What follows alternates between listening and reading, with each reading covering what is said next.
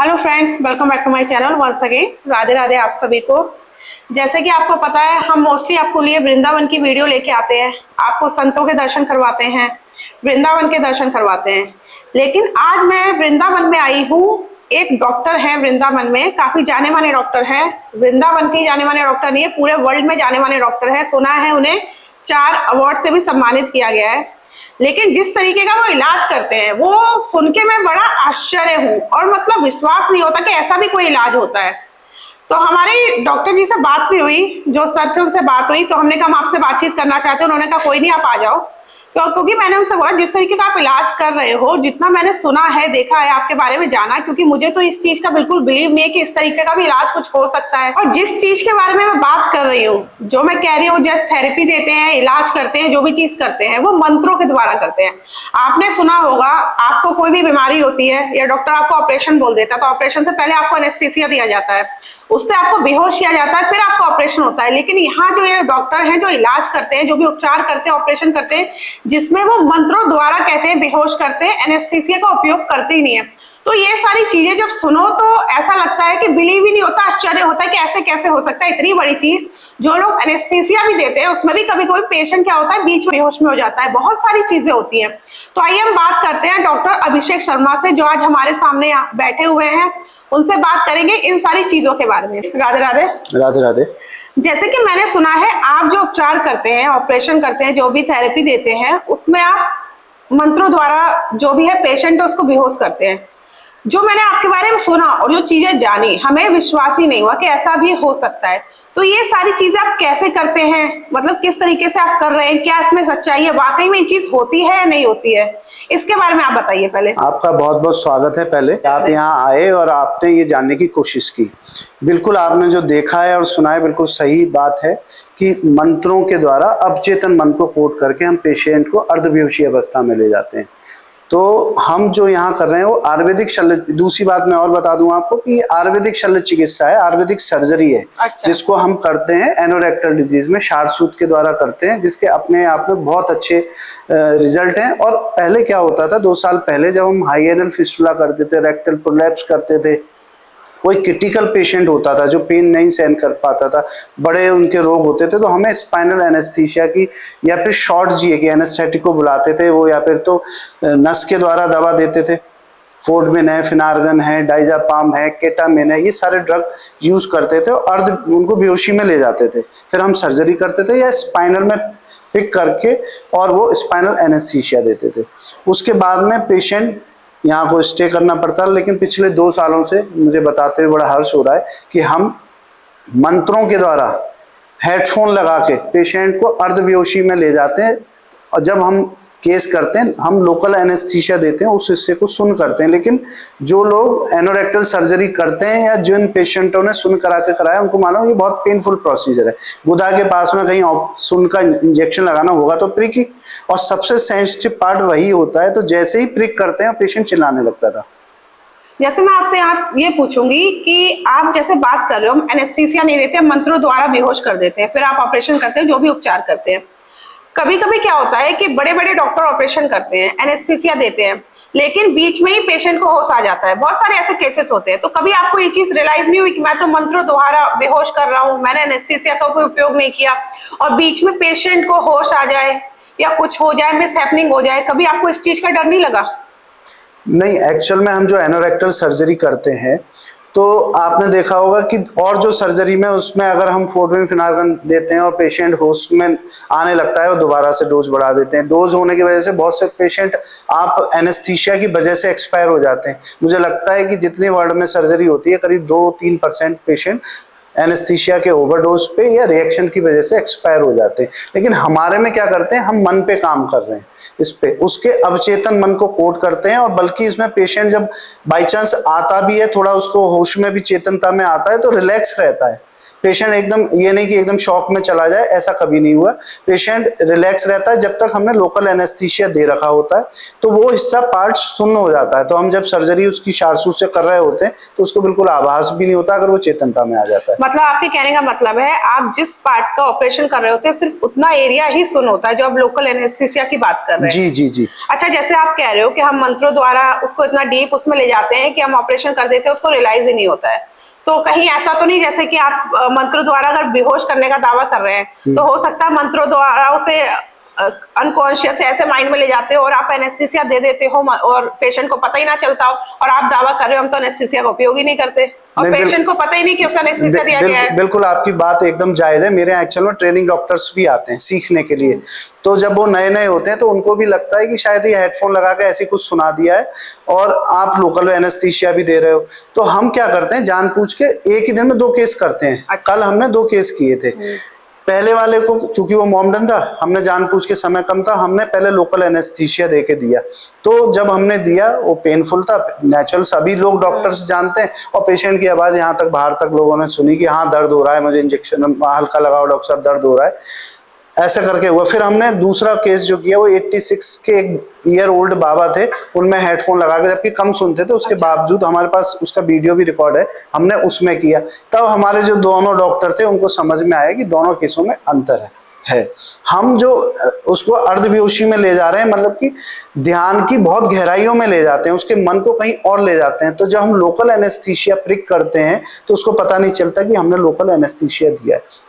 जबकि सादा में, क्योंकि पूरा मन चेतनता में होता है, कॉन्शियस में होता है, तो जैसे ही हम प्रिक करते हैं उसको बहुत दर्द का एहसास होता है। बाद में सुन्न होता है नहीं होता है अलग विषय, थोड़ा होता है या किसी ज्यादा होता है, लेकिन प्रिक करते ही पेशेंट चाहे कैसा भी हो उसको बहुत पेनफुल कंडीशन होती है। ये शारसूत वाले डॉक्टर या जो भी सर्जरी कराते हैं इसको बखूबी जानते हैं। ये तो बात हो गई, आप उपचार करते हो, मंत्रों द्वारा करते हो, ऑपरेशन करते हो, एनेस्थीसिया का यूज नहीं करते, लेकिन ये किस चीज का उपचार करते हो, किस चीज का ऑपरेशन करते हो? ऐसा कौन सी मतलब बीमारी है जिसका मंत्रों द्वारा उपचार कर देते हो? नहीं, मंत्रों द्वारा तो किसी का भी उपचार किया जा सकता है, लेकिन हमारा आयुर्वेदिक सेंटर है जो मैंने स्टार्ट किया है अपने पेशेंटों में। क्योंकि पहले क्या होता था कि पहले हम स्पाइनल एनेस्थीसिया देते थे, पेशेंट को रोकना पड़ता था। फिर जब एनेस्थीसिया के समय तो पेशेंट को कोई कष्ट का अनुभव नहीं होता था, लेकिन किसी में बीपी ऊपर जाता था, किसी में नीचे जाता था, उसको मॉनिटरिंग करना पड़ता, एनेस्थेटिक डॉक्टर को यहाँ रहना पड़ता था। उसके बाद में डॉक्टर साहब चले जाते थे। उसके बाद में असली कष्ट पेशेंट के साथ, तो हमारे साथ ये होता था कि पेशेंट जब उतरता था, किसी को पेशाब रुक गया, किसी को गैस बन गई, किसी को कुछ, किसी को चक्कर आने लगे, ये बहुत ज्यादा प्रॉब्लम होती थी। रात भर पेशेंट परेशान रहता था और हम भी परेशान, हमारा स्टाफ भी परेशान रहता था। तो इसका जो हम उपयोग कर रहे हैं अपने यहाँ पे, हम कर रहे हैं शारसूत चिकित्सा में। और शारसूत चिकित्सा जो है वर्ल्ड की सबसे पुरानी और वर्ल्ड की नंबर 1 टेक्निक है। इसके मुकाबले ना कोई थेरेपी आई है और ना ही कितना भी डेवलपमेंट हो जाए इसके मुकाबले आ भी नहीं सकती। हम इसको गुदा रोगों में, आपने सुना होगा फिस्टुला, पाइल्स, फिशर, एनएस के जितने रोग होते हैं उसमें उपयोग में करते हैं, और उसके रिजल्ट इतने अच्छे हैं शारसूत चिकित्सा के, जिसके कारण विदेश से पेशेंट शारसूत चिकित्सा कराने आ रहे हैं। पूरे ऑल ओवर वर्ल्ड की बात कर रहा हूँ। आपके पास इंडिया से तो छोड़ो, विदेशों से भी नहीं, वहां से भी आए। मैंने अब तक बहुत ज्यादा नहीं करे हैं, लेकिन 10-20 पेशेंट मेरे पास में बाहर से रहे हैं, श्रीलंका से रहे हैं, और बाहर से यूएसए से रहे हैं, रशिया से रहे हैं, जिनका मैंने इलाज किया है। लेकिन ऑल ओवर इंडिया में शारसूत की चिकित्सा कराने बहुत से पेशेंट आ रहे हैं गुदा रोगों में, क्योंकि लेजर से टेक्निक में कर रहे हैं, क्रायो सर्जरी होती है, इंजेक्शन थेरेपी होती है, रबड़ बैंड थेरेपी होती है, बाफ्ट होती है, बहुत अनेकों सर्जरी हैं, लेकिन किसी का रिजल्ट शारसूत चिकित्सा के मुकाबले नहीं है। जैसे आपने पेशेंट का ऑपरेशन किया, अब आप उसको मंत्रों द्वारा तो आपने उसे बेहोश कर दिया, ऑपरेशन भी कर दिया। नॉर्मल क्या होता है कि डॉक्टर ऑपरेशन के बाद उन्हें कुछ मेडिसिन प्रेफर कर देते हैं, क्योंकि ऑपरेशन के बाद भी पेन होता है। तो आपकी सिचुएशन में क्या है, जब आप ऑपरेशन करते हो उसके बाद आप क्या उन्हें मेडिसिन लिखते हो, किस तरीके की मेडिसिन? क्योंकि आप जब एनेस्थीसिया का यूज नहीं कर रहे तो आप मेडिसिन का भी यूज नहीं करते होगे? नहीं, मेडिसिन का तो हम यूज करते हैं नेचुरली। अगर हमने फिस्टुला, पाइल्स का कराया, उसका पेट सही करने के लिए हम सारी आयुर्वेदिक हर्ब देते हैं, पेट सही करने के लिए देते हैं, और पेन किलर टैबलेट एसओएस में देते हैं कि जरूरत पड़े तो दे देना। बहुत से पेशेंट क्या करते हैं, आप हमारे पास में लौटा लें। आज भी 2 पेशेंट लौटने आए कि हमें जरूरत नहीं पड़ी इनकी। अच्छा। लेकिन हम पेशेंट के साथ खिलवाड़ नहीं करते हैं। जितना हमारा मकसद ये है कि बड़ी बीमारी को इलाज करने में छोटा कर दिया जाए, पेशेंट तुरंत घर चला जाए, पेन हो तो SOS पे आधी टैबलेट ले ले, ऐसा हमारा कोई नहीं है कि हम आयुर्वेदिक करेंगे और पेशेंट के साथ खिलवाड़ करेंगे। पेशेंट मतलब नॉर्मली आप ज्यादातर आयुर्वेदिक पे फोकस करते हैं? टोटल 99% हम आयुर्वेदिक पे बिलीव करते हैं। और सर्जरी के बाद, अच्छा एक चीज और बताऊं मैं, जो शारसूत चिकित्सा करते हैं उसके बाद एंटीबायोटिक्स का उपयोग होता है, सर्जरी के बाद में एंटीबायोटिक देते हैं। मैं पिछले मुझे लगता है 14-15 सालों में कई हजार ऑपरेशन कर चुका हूं और उसके बाद एक में भी एंटीबायोटिक नहीं दिए और उसके रिजल्ट बहुत अच्छे हुए हैं। इसलिए मेरे यहाँ पेशेंट पेनलेस है, जल्दी ठीक हो जाता है, कोई क्रिटिकल नहीं, कोई रोकने की आवश्यकता नहीं है। पेशेंट उसी दिन 3 घंटे में घर भी चला जाता है, आके 3 घंटे में वापस चला जाता है। और जैसा खुशी से आता है पेशेंट वैसे ही खुशी जाता है, और बल्कि बैठ के, हम कहते हैं बैठो तब जाओगे। अच्छा, जैसा आप उपचार करते हो पेशेंट का, मान लीजिए आप ऑपरेशन कर रहे हो, उस टाइम उसका BP और पल्स पे क्या प्रभाव रहता है? कि जैसे हम नॉर्मली ऑपरेशन में तो ऊपर नीचे होता रहता है, डॉक्टर वो कंसर्न रहते हैं कि BP और का कैसे जा रहा है, लेकिन आप इस तरीके को मतलब कि मैं कैसे मैनेज करते हैं BP और पल्स? देखिए, BP और पल्स तो मेडिसिन से पहले मैनेज किया जाता था, लेकिन जब से ये थेरेपी हुई है, इसमें क्या हो रहा है मैडम कि इस थेरेपी को समझना पड़ेगा उससे पहले कि हम थेरेपी में ब्रेन को एकदम रिलैक्सेशन अवस्था में ले आते हैं। तो जिसका BP बढ़ा है, कल जो हमने केस करा था बाबा का, उसका 200/100 था। इतने में तो आदमी सोच भी नहीं सकता कि वो पेशेंट 86 का था कि इसको कुछ कर भी सकते हैं। हमने पहले उसको रिलैक्स करा ब्रेन को, उसके बाद में जब वो रिलैक्स हो गया, BP ठीक हो गया, पल्स उसके घबराहट हो रही थी टेबल आने से पहले, लेकिन वो पेशेंट का जब रिलैक्स हो गया उसके बाद हमने उसको उपचार चालू करा, सर्जरी करी। और पेशेंट, आप उसकी वीडियो देखेंगे, आप डाल भी सकते हैं, मैं आपको दे दूंगा, बड़ा खुश होके यहाँ से चला गया। और मैं ही नहीं, मेरा जो ऐप है MRC थेरेपी, उसमें बहुत सारे डॉक्टर्स इसका उपयोग कर रहे हैं। परसों ही मेरे पास में एक स्क्रीनशॉट मैं आपको दे दूंगा। एक पेशेंट का BP अलीगढ़ में एक कॉलोनी है, उसका हेड आया कि BP बहुत ज्यादा है, घबराहट हो रही है। केवल उन्होंने थेरेपी दी और 20-25 मिनट जब वो उठे, उनका BP पल्स। कैसे दी आपने थेरेपी? ये तो ऑनलाइन, कोई भी डॉक्टर, ऑनलाइन मतलब जो आपका ऐप है उसके थ्रू थेरेपी? मेरे एक्चुअल में मैंने अब तक करीब 450-500 डॉक्टर्स ट्रेंड करे हैं शारसूत में, ऑल ओवर इंडिया में, नेपाल में मेरे यहाँ से ट्रेंड डॉक्टर है। मेरे यहाँ से एक ट्रेंड डॉक्टर दीपक सक्सेना है अलीगढ़ के, वो गए थे, वो ऐप का यूज कर रहे हैं अपने पेशेंट। मैं ही नहीं, बेहोशी में कर रहा हूँ, अर्ध बेहोशी में। बहुत सारे डॉक्टर मेरा ऐप यूज करके उनको अपने पेशेंटों को अर्ध बेहोशी में ले जा रहे हैं। जैसे आपने अभी जिक्र किया MRC थेरेपी, ये MRC थेरेपी क्या है? अच्छा, MRC थेरेपी एक्चुअल में, MRC तो मेरा ब्रांड नेम है, फादर के नाम से महेश, मेरे ग्रैंडफादर का नाम था राजेश फादर का, तो MRC मेरा ब्रांड लोगो है। फार्मेसी भी है, MRC आयुर्वेदा, MRC वृंदा चैरिटेबल ट्रस्ट, ऐसी MRC थेरेपी। एक हमने एक थेरेपी बनाई है जिसको आपने केवल सुनना है हेडफोन लगा के, अच्छा। कुछ करना नहीं है। उसमें हम क्या करते हैं, धीरे धीरे पेशेंट को, उसमें कुछ मंत्र होते हैं, माइंड को कौन सी वाइब्रेशन की साउंड चाहिए जिससे वो रिलैक्स हो, वो होती है, मेरी वॉइस होती है, उसमें हो सकता है पीछे भजन भी हो सकता है, सब कुछ मिला के कॉम्बिनेशन के द्वारा एक हमने थेरेपी बनाई है। और उसको मात्र सुनना है हेडफोन लगा के, पेशेंट को ज्यादा समझाना नहीं है, केवल उससे कहना है इसको ध्यान लगा के सुनो। धीरे धीरे क्या होता है कि उसका जो मन है, चेतन, जो आप देख रहे हो, समझ रहे हो, वो तो सो जाता है, यानी पेशेंट नींद में चला जाता है, लेकिन उसका सबकॉन्शियस माइंड, अवचेतन मन, जो कि पावरफुल मन है, वो जागृत हो जाता है।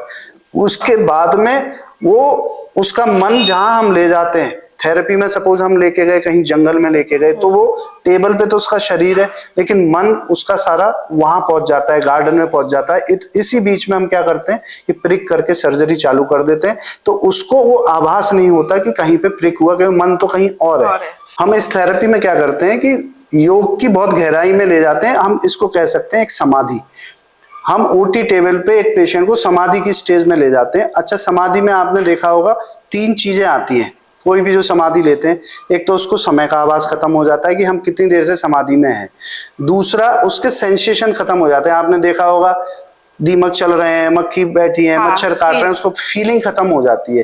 तीसरा, बॉडी और माइंड उसकी रिलैक्स हो जाती है। हम तीनों चीजें अपने OT टेबल में, पहली बार जिसने कभी ध्यान नहीं लगाया हो, ये बहुत बड़ी चीज कह रहा हूं मैं आपसे, कभी जिसने ध्यान नहीं लगाया हो, वो भी पेशेंट, 10 में से 9 पेशेंट उस स्टेज में पहुंच जाते हैं। उनसे जब हम उठाते हैं ना, हमारे पास में 1.5 घंटे की ऑडियो है रिकॉर्डेड, हमें पता चलता है ये 45 मिनट हो गए टोटल, क्योंकि हम 25 मिनट बाद तो सर्जरी स्टार्ट ही करते हैं। पेशेंट से बोलते हैं हम 5 मिनट में आएंगे, और आप इसको सुनो ध्यान से, हम जब आएंगे और सर्जरी स्टार्ट करेंगे आपको नहीं बताएंगे, आप आराम से लेट के सुनो। हम 25 मिनट में तो एंटर करते हैं, फिर 15-20 मिनट आप भी समझते हो कि सर्जरी होने में लगेगा, 45-50 1 घंटा हो जाता है। लेकिन पेशेंट को जब उठा के पूछते हैं, सबसे पहले क्वेश्चन मेरा ये होता है कि कितनी देर से स्टेबल पे हो, तो पेशेंट बोलता है 10 मिनट, 20 मिनट, 25 मिनट, 30 मिनट, यानी कि उसकी लाइफ से हमने 30 मिनट गायब कर दिए। उससे रियलाइज ही नहीं हुआ कि मैं कितनी देर से यहाँ पे हूँ। यहाँ पे एक तो समय का आवाज खत्म हो जाएगा, जिसका भी सबकॉन्शियस माइंड जागृत हो जाएगा। दूसरा, बॉडी माइंड रिलैक्स हो जाएगी, वो कितना भी घबरा रहा हो सर्जरी के बाद पहले के ज्यादा मुकाबले हंसता हुआ उठेगा, क्योंकि वो कहेगा अरे मुझे तो बड़ा रिलैक्स है, मुझे पता ही नहीं। हम पूछते हैं कि अभी चले जाओगे उठ के, हम क्वेश्चन करते हैं, वो कहते हैं हाँ मैं तो अभी चला जाऊंगा, आपकी सर्जरी हुई है? नहीं मुझे नहीं पता सर्जरी हुई है नहीं। ऐसा पेशेंट ऐसे जवाब देता है हमारे लिए, जबकि पहले पेशेंट को सर्जरी के बाद में हमें मालूम है जाइलोकेन जेली पुश करो, ये करो वो करो, कितने कष्ट में थे, और जो कर रहे हैं डॉक्टर वो भी कितने कष्ट में, मैं समझ सकता हूँ। पेशेंट पेनफुल है और पेशेंट भी पेन। अब क्या हो रहा है कि हमने करा, टेबल से उठा और सीधे वो कहता है मुझे दवाइयां दो मैं चला। हमें यहाँ पे 1 घंटा ऑब्जर्वेशन के लिए रोकना मुश्किल पड़ जाता है। जैसे आपका 4 वर्ल्ड रिकॉर्ड में नाम आया है, ऐसे कौन से आपने 4 वर्ल्ड रिकॉर्ड बनाए हैं कि आपका उनमें नाम आया है? एक्चुअल में एक पहला जो था वो मेरे को इसी बात का मिला था कि अवचेत मंत्रों के द्वारा अवचेतन मन को कोट करके पेशेंट को अर्धबेहोशी में ले जाके सर्जरी करने के लिए, इसके लिए पहला नाम आया है। और वर्ल्ड में सबसे कम हीमोग्लोबिन में 3.7 ग्राम हीमोग्लोबिन में पाइल्स का केस करने के लिए मेरा नाम आया है। तीसरा, एक सर्जरी होती है फिस्टुला की पाइल्स की, उसमें क्या मॉडर्न सर्जरी में रिंग कट जाती है, गुदा की कंट्रोल की रिंग कट जाती है और कपड़ों में मोशन निकलने लगता है। मतलब सबसे बुरी बीमारी यह है कि कपड़ों में मोशन, और उसको आवाज तक नहीं होता। और आप 1 करोड़ लेके घूमो और 10 करोड़ लेके घूमो बड़े बड़े हॉस्पिटल में, उसके बाद रिपेयर नहीं है। इसीलिए सर्जन क्या करते हैं मेरे पास में, या शारसूत के बाद इसीलिए रेफर करते हैं कहीं रिंग ना कट जाए। तो ऐसे 3 पेशेंटों की मैंने सर्जरी करी है जिसमें मैंने रिंग बना दी है। 3 में से 2 में 100% रिजल्ट है उनकी रिंग बनाने में। तो रिंग बनाने के लिए मुझे तीसरा नाम मेरा था, और चौथा इसलिए कि अब तक इस एज में 500 डॉक्टर्स के करीब मैंने ट्रेन कर दिए, जिसमें MD, MS, MBBS डॉक्टर भी ट्रेनिंग लेके मेरे पास से जा चुके हैं, इसलिए मेरा नाम आया वर्ल्ड रिकॉर्ड में। जैसे अभी हमारी बात हो रही थी, डॉक्टर ने बताया भी था कि ऐसे पेशेंट हैं वो हमारे सामने लेके आ सकते हैं कि जो खुद बताएं कि हाँ हमारा इलाज हुआ है, उपचार हुआ है, ऑपरेशन हुआ है, मंत्रों द्वारा हमें बेहोश करके हमारा ऑपरेशन किया गया है।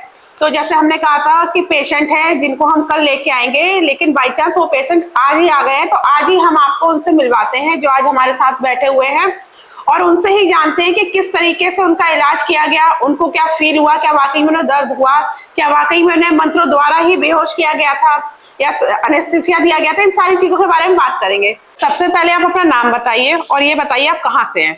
मेरा नाम जगदीश गौतम है, मैं सोबरसी आश्रम सुंदरक से रहता हूँ। आपको बीमारी क्या थी? मुझे भगंदर था।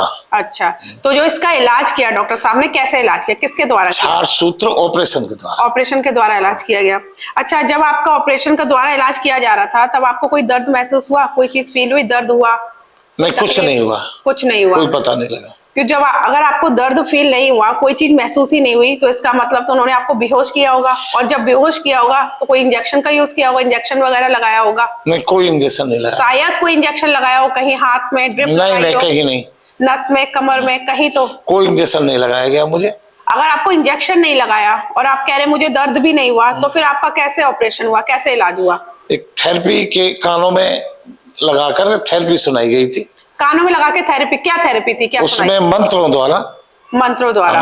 और उस मंत्रों से ही मैं बेहोश हो गया। आपके कहने का मतलब है कि कान में हेडफोन लगा के आपको मंत्र सुनाए गए और आप बेहोश हो गए मंत्रों के द्वारा, और आपका ऑपरेशन किया गया। ऑपरेशन हो गया, मुझे पता भी नहीं लगा। जब इतना गहरा चला गया कि जब जगह तब पता लगा कि ऑपरेशन हो गया। तो आप जैसे कह रहे हो, दावा कर रहे हो कि आप मुझे कोई एनेस्थीसिया का इंजेक्शन नहीं दिया गया, कहीं पे भी नहीं दिया गया, और कान में हेडफोन लगा के मंत्र सुनाए गए, मैं इतना बेहोश हो गया कि मेरा इतनी बड़ी चीज ऑपरेशन हो गया, मुझे पता ही नहीं लगा। तो जब आपके कान में हेडफोन लगा था तो आप जो मंत्र तो आपको भी याद होंगे नहीं, लेकिन आप क्या फील कर रहे थे उस समय? आप कहाँ थे, क्या देख रहे थे, क्या सोच रहे थे? एकदम ऐसी गहरी नींद में सो गया, पता नहीं कि कहाँ किसी समुद्र किनारे पड़ा हूँ, और ये नहीं पता चला कि ऑपरेशन कब हो गया। अच्छा, तो जैसे हो सकता है कि आप जैसे कह रहे हो मैं मंत्रों द्वारा बेहोश हो गया, हो सकता है उस समय आपको इंजेक्शन लगा दिया गया हो, आपको पता ना लगा हो। नहीं पता तो लगता है, अगर इंजेक्शन लगता तो थोड़ी चुभन तो होती। अच्छा थोड़ी नहीं, जब ये कह रहे हैं कि मंत्रों द्वारा आपको बेहोश करके ऑपरेशन कर दिया, इतनी बड़ी चीज हो गई कि ऑपरेशन नहीं पता लगा, तो आपको इंजेक्शन कैसे पता लगता? कुल दिया लगा नहीं इंजेक्शन, नहीं लगा इंजेक्शन। नहीं तो इंजेक्शन भी मैडम तभी नहीं चलेगा जब आदमी बेहोशी में होगा। अच्छा मंत्रों ने काम करा, अगर हमने इंजेक्शन भी बाई चांस पहले तो लगाया नहीं, अगर इंजेक्शन भी लगा दिया किसी पेशेंट में, तो मंत्रों ने इतने गहराई में ले गए, तो फिर इंजेक्शन लगाने की जरूरत क्या है? इससे बड़ी सर्जरी कर देंगे हम, और उसमें तो हमें मेडिकेटेड थ्रेड डालना होता है। और आपके पास क्या प्रूफ है इसका कि आपका ऑपरेशन हुआ? कोई है प्रूफ? इस समय कैसे सिद्ध करोगे? अगर जैसे जो हमारे दर्शक देख रहे हैं आपको, हो सकता है वो लगे कि डॉक्टर साहब ने अपना ही कोई बिठा दिया हो जानने वाला, और आप इस तरीके से बोल रहे हो, क्योंकि अगर आप इनके जानने वाले तो ऑब्वियसली बात आप इनकी साइड से ही बात करोगे, हमारी साइड से तो बात करोगे नहीं ऐसा नहीं है जो बात। आप कैसे प्रूफ करोगे कि आपका वाकई में ऑपरेशन हुआ है? पास कोई प्रूफ है कि आपका ऑपरेशन हुआ है? हाँ प्रूफ है। क्या प्रूफ है? मेरी 4 महीने पहले यूट्यूब पे फोटो पड़ी हुई है। फोटो या वीडियो? वीडियो पड़ी हुई है। अच्छा वीडियो पड़ी हुई है। हाँ उसमें आप देख लीजिए। आपने अपनी वीडियो देखी है? हाँ मैंने देखी है। अच्छा तो मतलब हम दर्शकों को बता सकते हैं कि YouTube पे आपकी वीडियो पड़ी है, वो देख सकते हैं कि आपका हुआ है ऑपरेशन हुआ है। बल्कि मैडम ये तो टेबल पे खर्राटे मार रहे थे। अच्छा जब हम जब सबकॉन्शियस माइंड को जागृत करते हैं और 20-25 मिनट बाद में अंदर जाते हैं सर्जरी के लिए, जब तक रिलैक्सेशन करने देते हैं बॉडी को, तो हमारे जाने से पहले मतलब 15 मिनट में ये खर्राटों की आवाज बाहर निकल के आने लगी। तब हम अंदर गए कि क्या है, तो देखा तो खर्राटे मार रहे हैं। वो यूट्यूब पे वीडियो पड़ी है खर्राटे की, इतनी तेज खर्राटे आज तक ओटी टेबल पे किसी ने नहीं मारे। अच्छा उसके बाद ऑपरेशन के बाद आपको कोई दिक्कत महसूस हुई हो? नहीं कोई दिक्कत नहीं हुई है। उसके बाद आपको हैवी डोज लेने पड़े हो? नहीं कुछ भी नहीं, कुछ भी नहीं। क्या यही छोटी मोटी गोली होती है पेट की। अच्छा उसके बाद आप कितने समय तक आपको आना पड़ा था डॉक्टर साहब के पास? के मतलब आपकी 4 महीने तो लग गए। 4 महीने तो लगे। तो बहुत हाई एनल फिस्टुला था, अच्छा 18 सेंटीमीटर का थ्रेड था, बहुत हाई एनल, स्फिंक्टर के भी अंदर जा रहा था। मॉडर्न में तो ये केस होता ही नहीं है, क्योंकि स्फिंक्टर कट डाउन हो जाते हैं। इसलिए क्या होता है, शार्सूट धीरे धीरे कटिंग करता रहता है और हीलिंग करता रहता है। इसी वजह से शार्सूट नंबर 1 जो थेरेपी है, तो समय जरूर लगता है, मॉडर्न में इससे भी ज्यादा लगता है, लेकिन पेशेंट 100% ठीक हो जाता है। इन्होंने कोई पेन किलर भी टैबलेट मुझे नहीं लगता एक आध नहीं कुछ कभी एक आध खाली मतलब आपको लगभग 4 महीने हो गए ऑपरेशन हुए। हाँ। 4 महीने के बाद आपको कैसा फील होता है? कोई दिक्कत, कोई परेशानी? अब मुझे पता ही नहीं होता है कि कोई बीमारी थी।